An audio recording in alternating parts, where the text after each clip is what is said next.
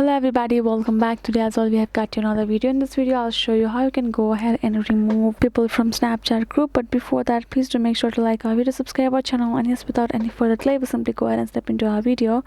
For that matter, let's go ahead and open up our Snapchat app in our mobile phone. So one thing that you'll have to make sure is that you are the admin of that group. You created that group, that only then you will have the authority to remove a particular member from that existing group, right? After your app is open, tap on this message box icon given below. Now you will have your chat box open with all of your friends and families, including your groups that you have created.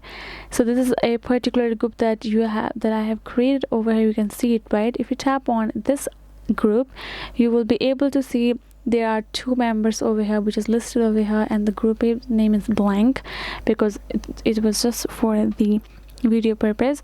If you tap on this group icon, it will simply open up the settings for the group, including the member. Here you can see the group members. You can add members, invite members, but if you want to remove a particular member from the existing list, go ahead, press and hold. Then you will have this remove from group option on top of the menu already.